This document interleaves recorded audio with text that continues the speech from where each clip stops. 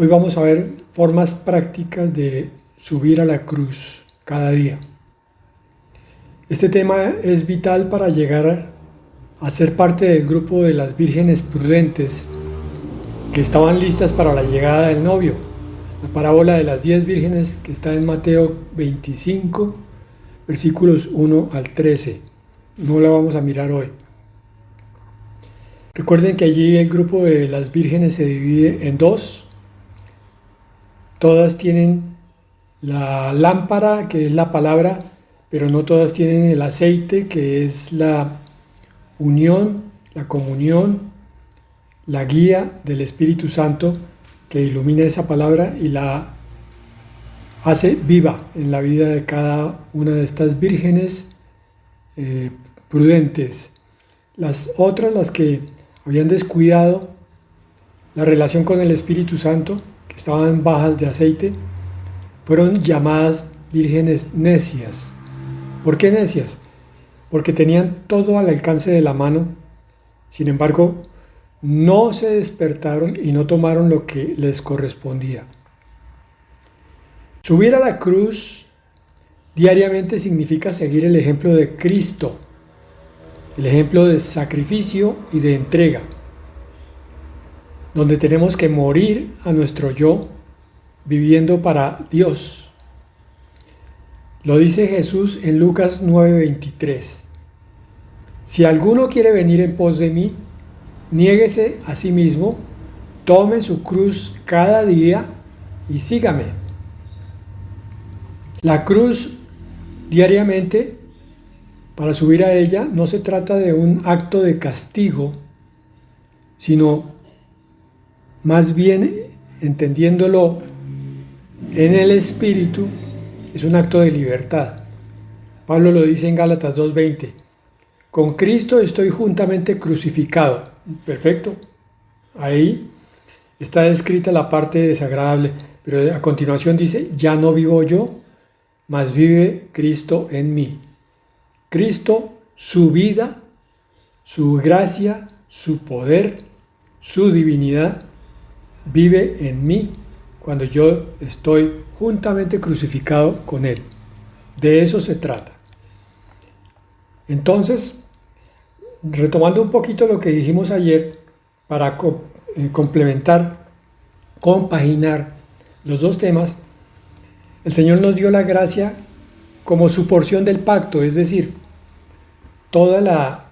el poder y la capacitación que necesitamos para vivir la vida cristiana.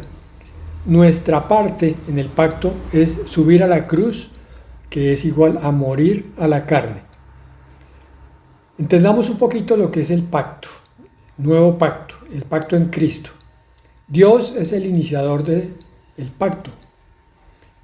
En su misericordia, Él establece el pacto y ofrece la promesa de salvación. El hombre, que es incapaz de cumplir las demandas divinas, es invitado entonces a entrar en el pacto mediante la fe en Jesucristo. Por eso hay unas condiciones del pacto. Son, primero, fe y arrepentimiento para llegar a la salvación. No es por obras, como veíamos ayer, sino por fe.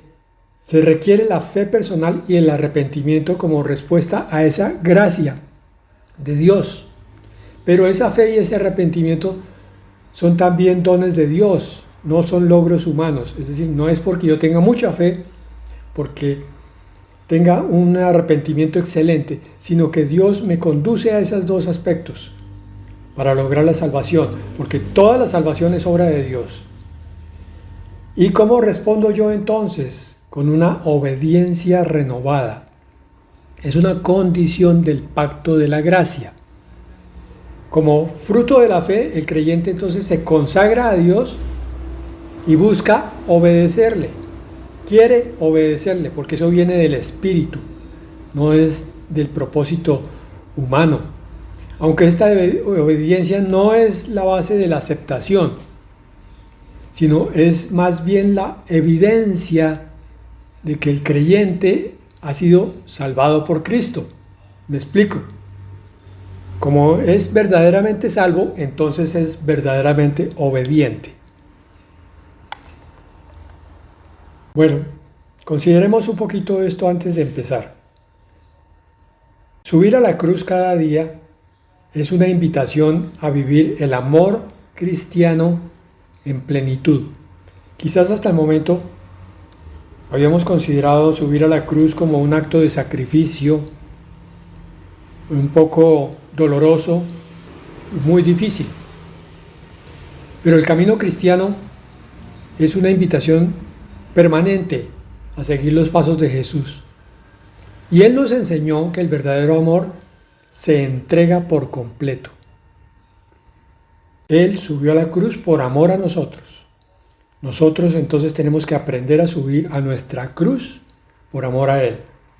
Cuando Jesús nos dijo, tome su cruz cada día y sígame, nos estaba revelando la esencia misma de la vida cristiana. Subir a la cruz no significa buscar el sufrimiento por sí mismo. Respiren, relájense, hermanos. Es más bien una disposición del corazón que nos llama a vivir con un amor profundo, radical, con entrega, con confianza. Es entonces encontrando así el sentido de nuestras luchas cristianas al unirlas con el sacrificio de Cristo. Me explico un poco más. Subir a la cruz también es un acto ayudado por la gracia de Dios. Por tanto, debe desaparecer de nosotros esa nota que le ponemos de oscuridad y de dolor y convertirla en una manifestación de nuestro amor a través de la obediencia a Dios el Padre y a Dios el Hijo. La cruz que cargamos puede tomar muchas formas cada día. Puede ser la paciencia ante las dificultades familiares, la fortaleza ante la enfermedad, el perdón cuando nos han herido o la valentía de defender la verdad cuando sería más fácil callar. En cada una de estas situaciones donde elegimos el amor por encima del egoísmo, estamos subiendo a nuestra cruz. Les dije que el tema se proponía aclararnos el significado de los términos cristianos, en este caso subir a la cruz, para dejar de verlo con la óptica humana y carnal y verlo desde el espíritu, entendiendo entonces que esto es parte de la vida plena que Cristo nos da. Aunque este camino no es fácil, porque a veces sentimos el peso, el cansancio, la tentación de abandonar, pero precisamente en esos momentos recordamos que la cruz no la llevamos solos. Cristo camina con nosotros, sosteniendo nuestros pasos y dándonos la fuerza, otra vez, a partir de la gracia, que por nosotros mismos no tenemos. Todo proviene del Señor. Esta paradoja cristiana nos enseña que en esta entrega es donde encontramos nuestra verdadera libertad y alegría. Se nos abre un panorama totalmente nuevo hoy. La cruz de Cristo es una paradoja. Pero si lo miramos bien, no lo es, porque es lo mismo que el Señor hizo cuando subió a la cruz, pero resucitó al tercer día.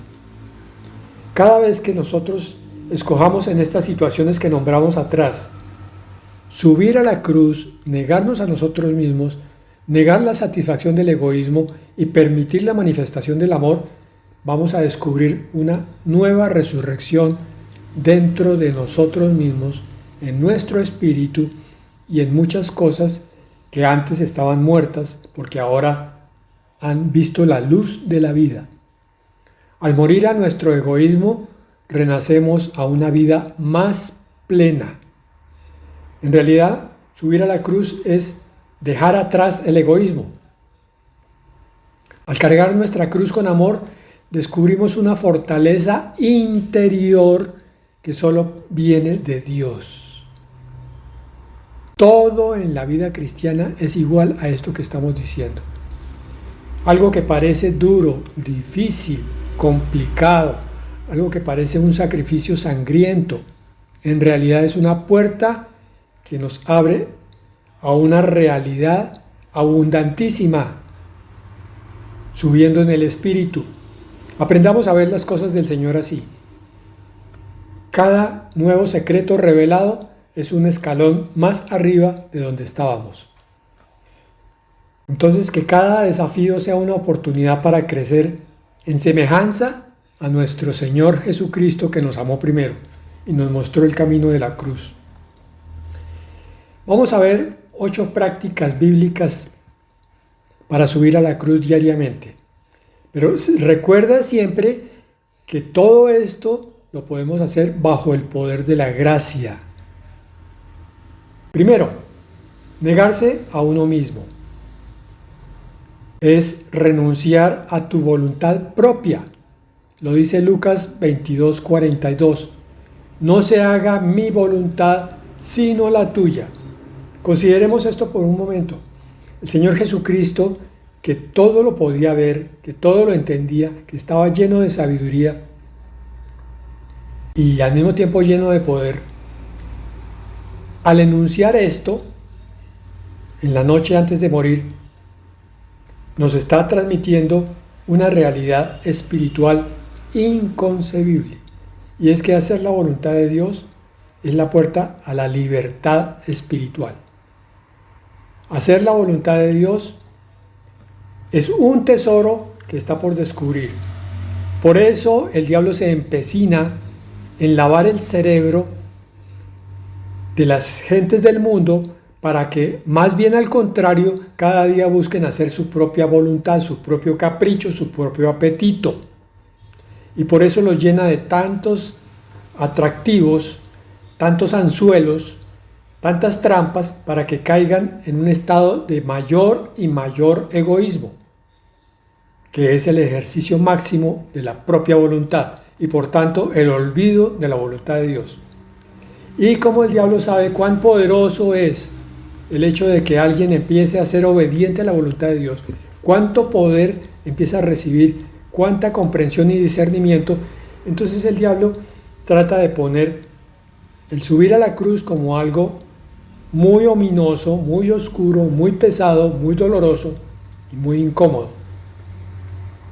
¿Cómo negarse uno a sí mismo en forma diaria? Pues identifica un deseo egoísta o un querer hacer algo a tu modo y entrégaselo conscientemente a Dios.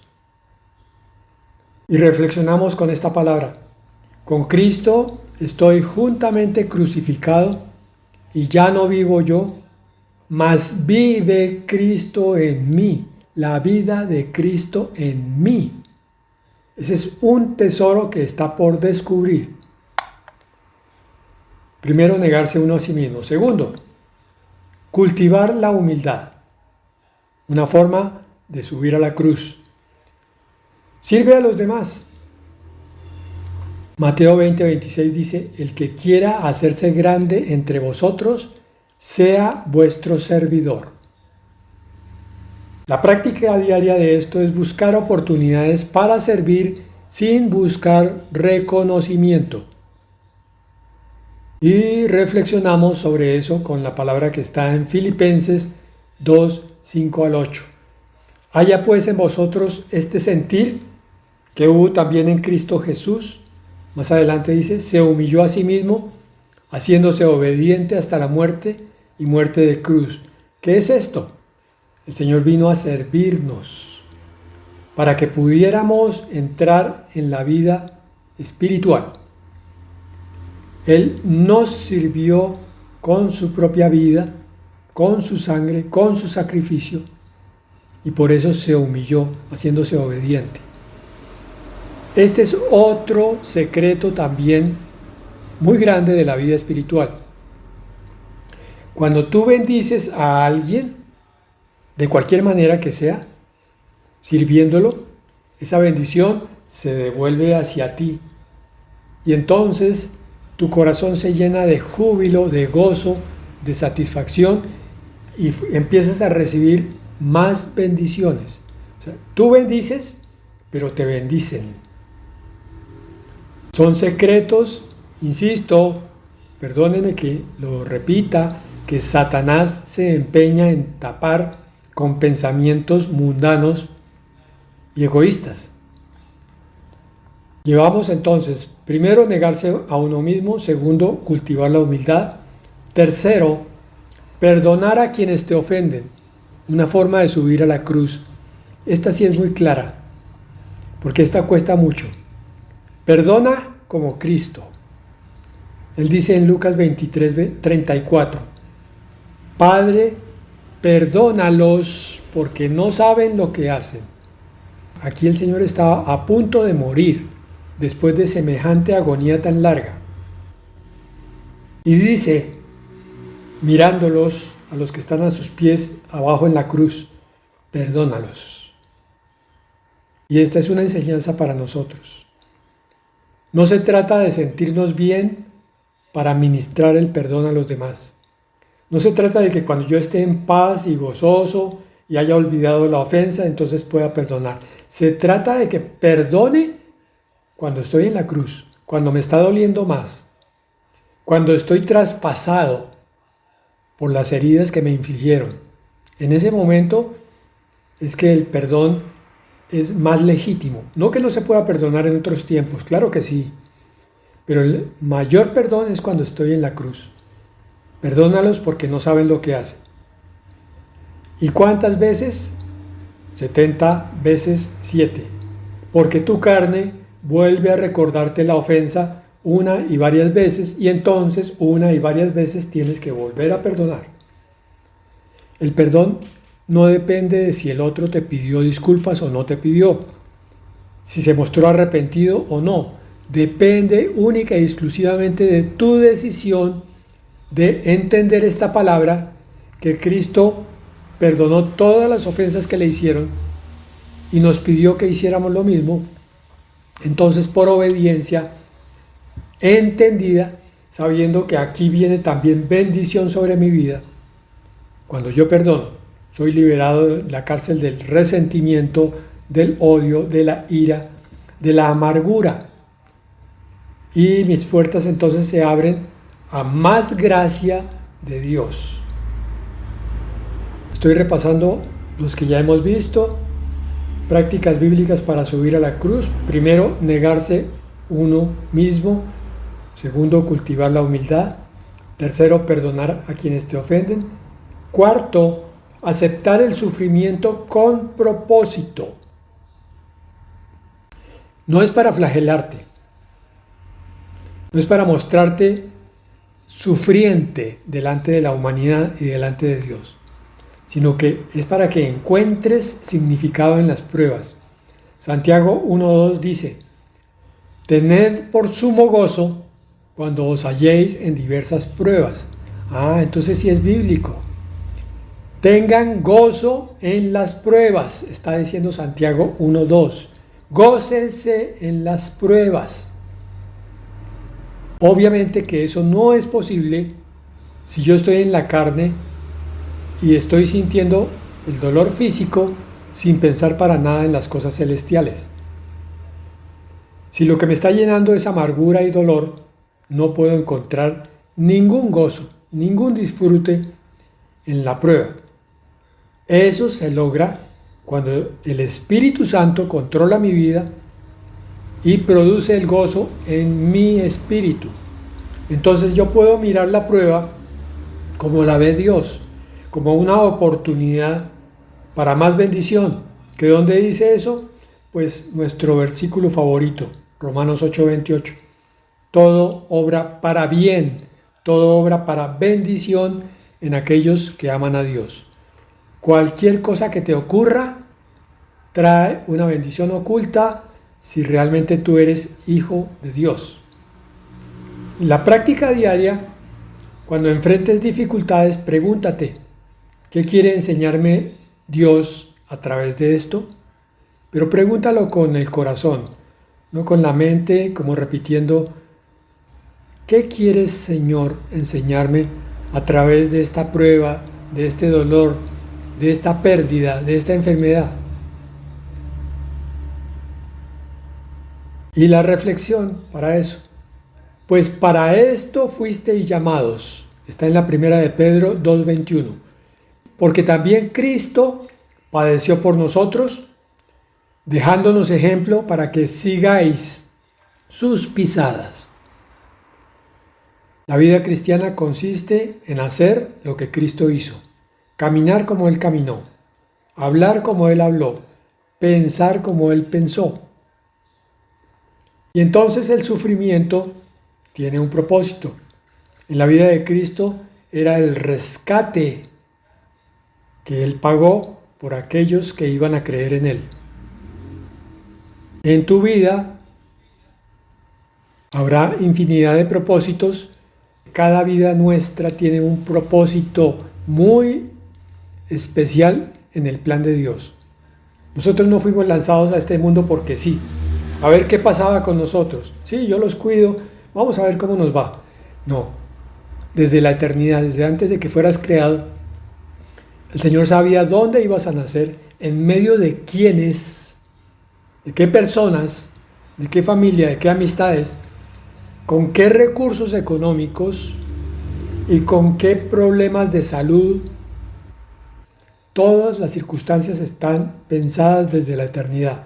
Por tanto, tenemos es que encontrar el sentido de cada circunstancia y aún más, no solo de cada sufrimiento como vimos en el capítulo 4, en el punto 4, sino de cada circunstancia de la vida. Cada persona que conocemos, cada conversación que tenemos tiene un propósito. Punto 5. El 4 era aceptar el sufrimiento con propósito. El 5, morir a los deseos carnales. Estamos viendo la forma diaria, práctica de subir a la cruz. Vence las tentaciones. Colosenses 3:5 dice, haced morir, pues, lo terrenal en vosotros. Esta es una orden, una ordenanza. No es una posibilidad. No es si quieres. Es que el Señor lo pide. Hagan morir en ustedes lo terrenal para que conozcan los tesoros infinitos de la vida espiritual. Práctica diaria.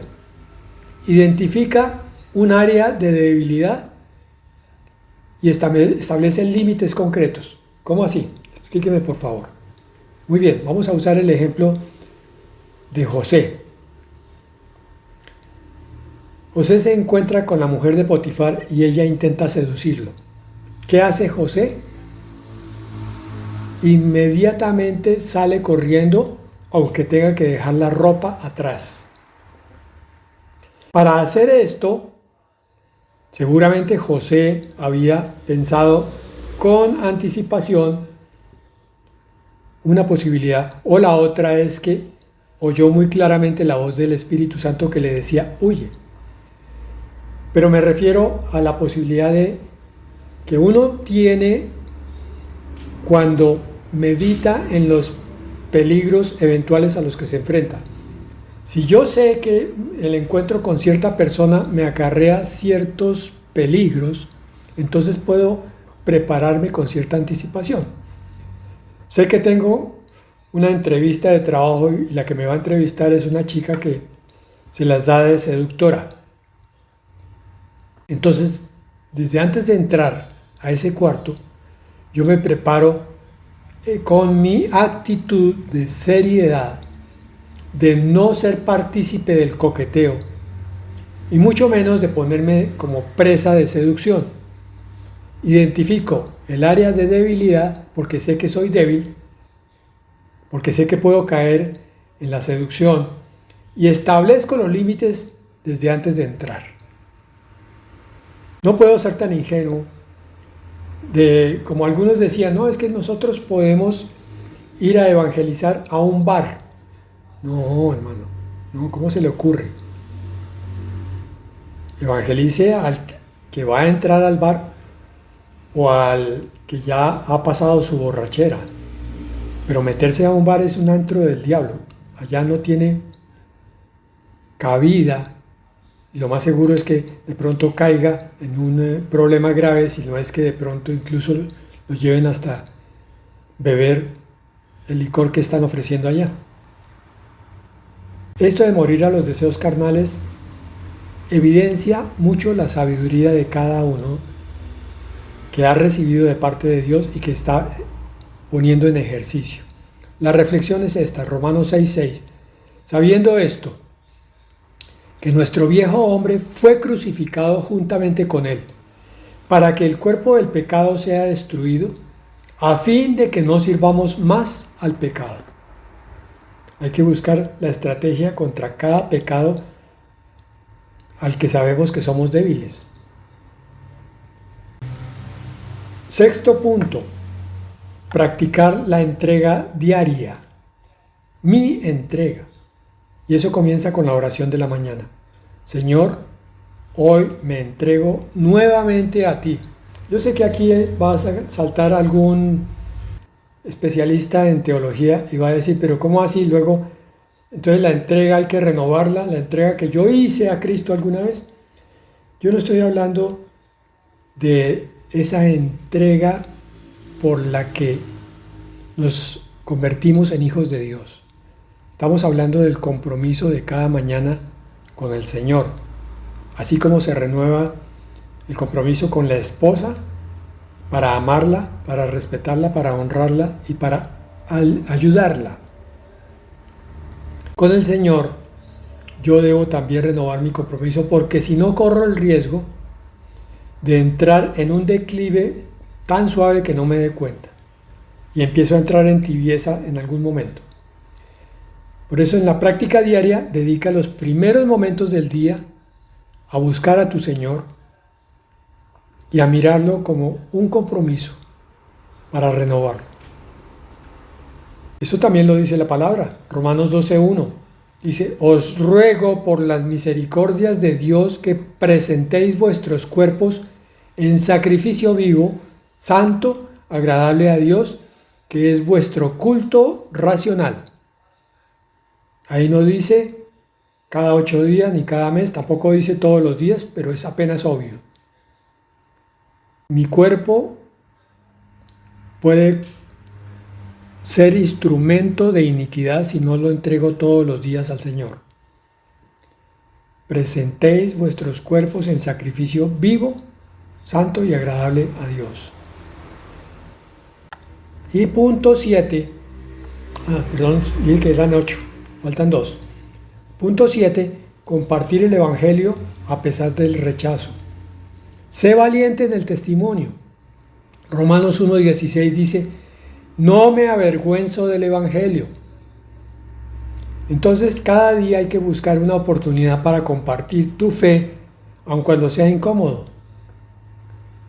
La reflexión para eso es Mateo 10:38.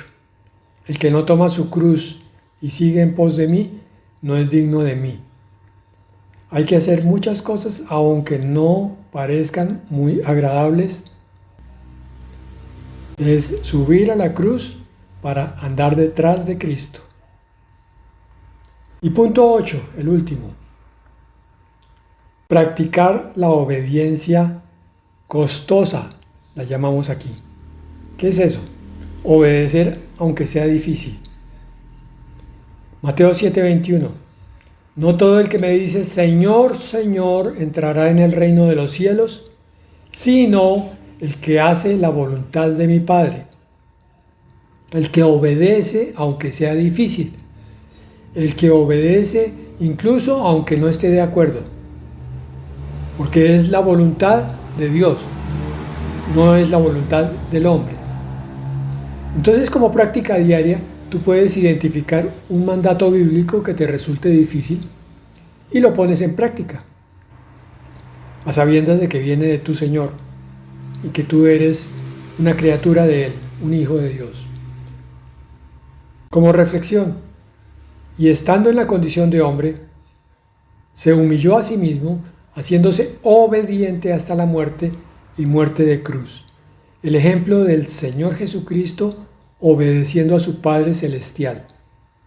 Tremendo misterio ese también, como Dios el Hijo obedece a Dios el Padre. Entonces, ¿qué diremos nosotros? Que somos criaturas, ¿Qué diremos nosotros del amor de Cristo hacia su Padre Celestial? ¿Qué diremos nosotros como criaturas en cuanto al amor a Dios, expresado de la forma máxima que es la obediencia? Voy a repasar los 8 puntos prácticos para subir a la cruz cada día. Primero, negarse a uno mismo, o sea, renunciar a tu voluntad propia. Segundo, cultivar la humildad sirviendo a los demás. Tercero, perdonar a quienes te ofenden como Cristo lo hizo. Cuarto, aceptar el sufrimiento con propósito para encontrar el significado en las pruebas. Quinto, morir a los deseos carnales venciendo las tentaciones. Sexto, practicar la entrega diaria comenzando con la oración de la mañana, la primera oración. Séptimo, compartir el Evangelio a pesar del rechazo, siendo valiente. Y octavo, practicar la obediencia costosa, que es la obediencia aunque sea difícil. Amén y amén.